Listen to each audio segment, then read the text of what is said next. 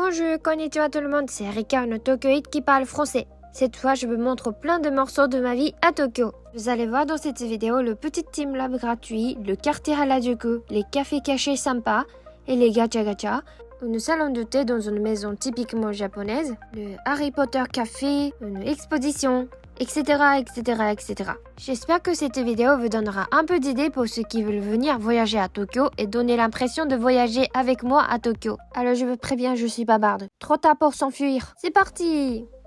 On va commencer par le quartier Harajuku. Ici, c'est un Galaxy Store. Il y a toujours personne. Si vous voulez faire une petite pause à Harajuku après avoir fait la fameuse rue Takeshita que je vais vous montrer après, je vous recommande ici. La raison pour laquelle je voulais vous emmener ici, c'est parce qu'il y a un étage où vous pouvez tester l'Expo Team Lab gratuitement avec un petit jeu pour rattraper les animaux de la mer. Franchement, je trouve que c'est assez sympa pour un truc gratuit.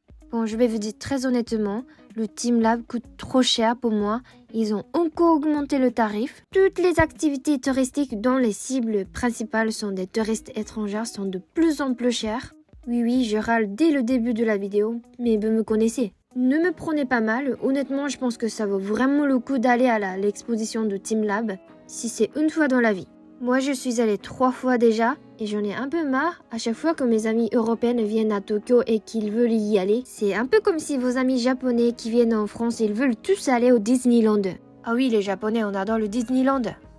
Bon, vous êtes déjà fatigués parce que Erika bavarde, mais je vous ai prévenu. Faire des activités touristiques, c'est sympa mais en même temps fatigant. Allez, on fait une pause. Ici, c'est un café caché dans le quartier Harajuku. Je me sens comme si j'étais chez quelqu'un. J'aime ici surtout le fait qu'il y a des affiches qui disent que ce n'est pas recommandé pour ceux qui sont pressés.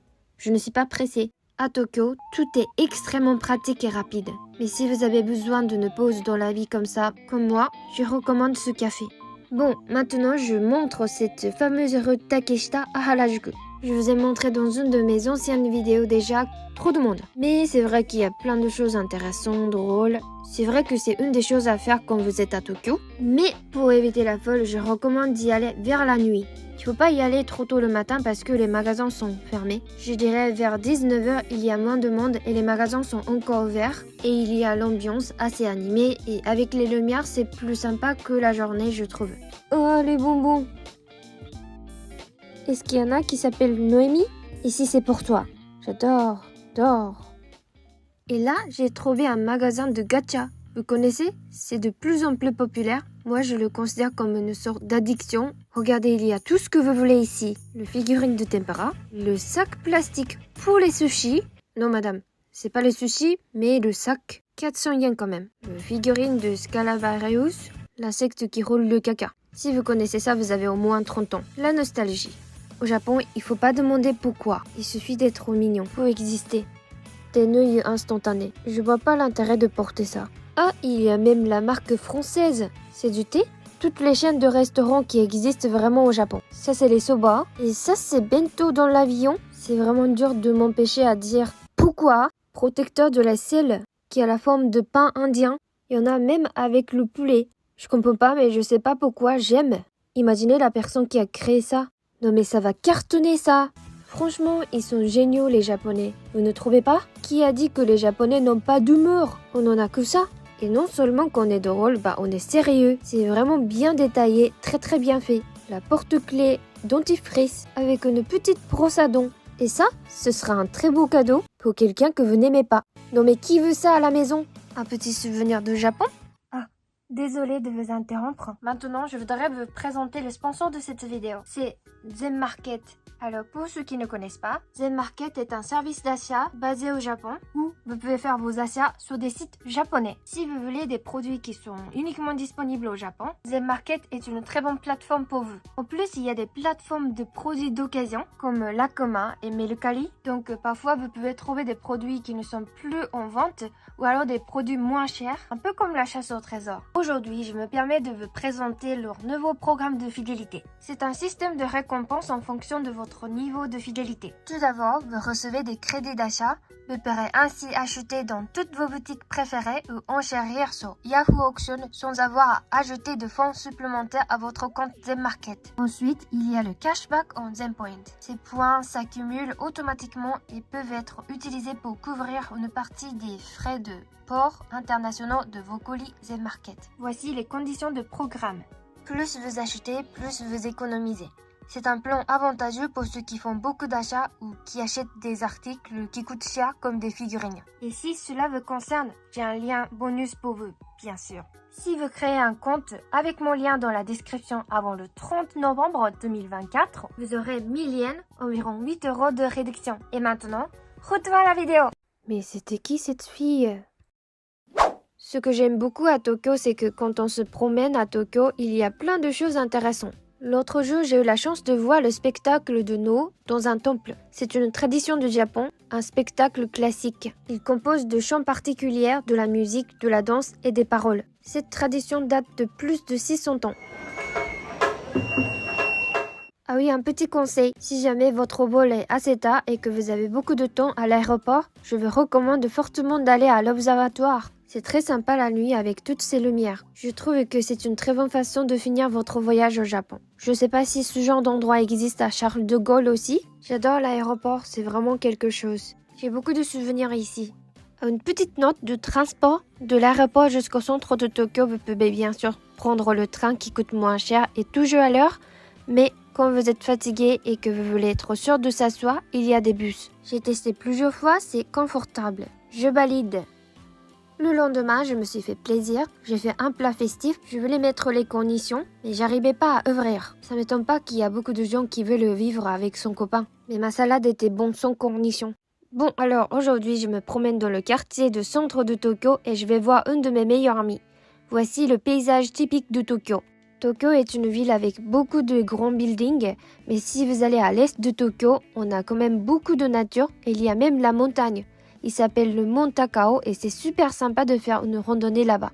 J'aime bien être en ville parce que je suis née à Tokyo et je vis toujours ici. Je me sens confortable, mais le quartier comme Shibuya, Harajuku, Shinjuku et Ikebukuro, c'est fatigant.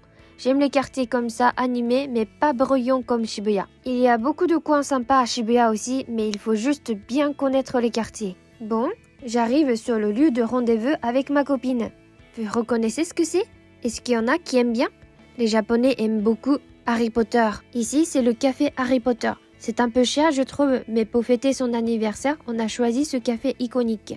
L'ambiance était vraiment pas mal. Regardez, là-bas, il y a un balai flotte en air. Non, ce n'est pas de la magie. On voit bien les ficelles. Et regardez cette boisson. C'est de la magie. Enfin, plutôt de la chimie. Il y a quelque chose qui fait des bulles. Babu desu.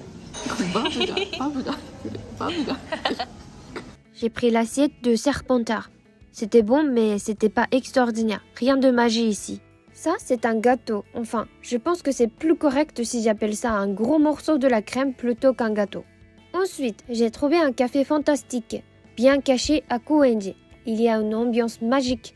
Personnellement, je trouve ici est plus merveilleux que le café Harry Potter. Une sorcière pourrait vivre ici. Ah oui, récemment je teste les restaurants à Tokyo pour ma visite guidée et j'ai trouvé un très bon izakaya. Je suis très contente. Trop bon que j'ai oublié de prendre les photos.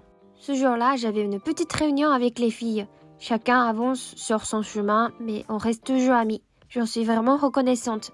Ici, c'est un café à Ikebukuro que je voulais essayer depuis longtemps. Un café style japonais dans une maison typiquement japonaise. Ça donne l'impression que je suis venue chez ma mamie à la campagne. Si vous voulez vous reposer à Ikebukuro, ce café n'est pas une mauvaise idée. Sauf si vous êtes ok de déchausser et de s'asseoir par terre. J'ai commandé un matcha latte et un gâteau. Une copine a demandé un matcha latte glacé. Je vais vous dire très honnêtement, c'est pas le matcha latte le plus bon que j'ai eu dans ma vie.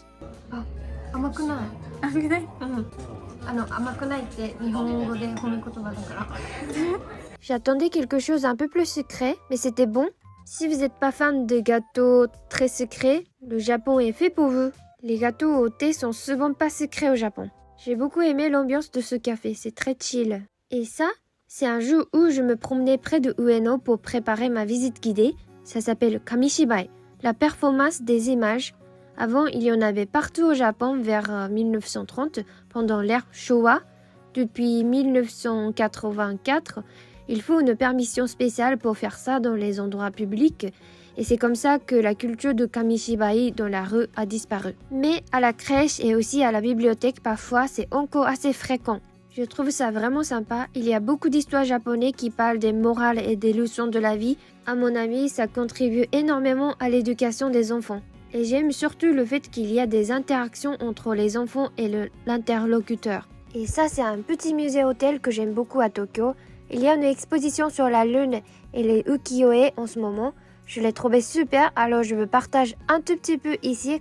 C'est 100 escaliers appelés Hyakudan Kaidan est enregistré comme un héritage culturel et historique de la préfecture de Tokyo. Et en vrai, il n'y a que 99 étages. Pas parce que les charpentiers se sont trompés, c'est parce qu'au Japon, parfois, ce qui est pas fait évoque le signe de déclin. En laissant intentionnellement cela inachevé, on espère une prospérité future et on évite de décroissance et le déclin. Et pourquoi le thème est la lune? C'est parce que l'on voit mieux en entend. C'est la saison où on regarde la lune. En printemps, pour les cerisiers, on dit Hanami. En automne, pour la lune, on dit Tsukimi. Je ne sais pas dans votre pays, mais au Japon, on dit qu'il y a un lapin à la lune et c'est une anecdote qui a apparemment l'origine bouddhisme. Autrefois, dans une montagne, un vieil homme misérable s'était effondré, épuisé. Les animaux ont décidé de l'aider. Et le lapin, malgré ses efforts, n'a rien pu trouver à rapporter. Désespéré par son incapacité, le lapin a réfléchi à une manière de sauver le vieil homme. Il s'est jeté dans le feu pour offrir son propre corps en nourriture. Cet homme misérable était un dieu et pour honorer l'acte de compassion désintéressé du lapin, il a élevé vers la lune pour que son histoire soit racontée à jamais. C'est pour ça qu'au Japon on dit qu'il y a un lapin à la lune.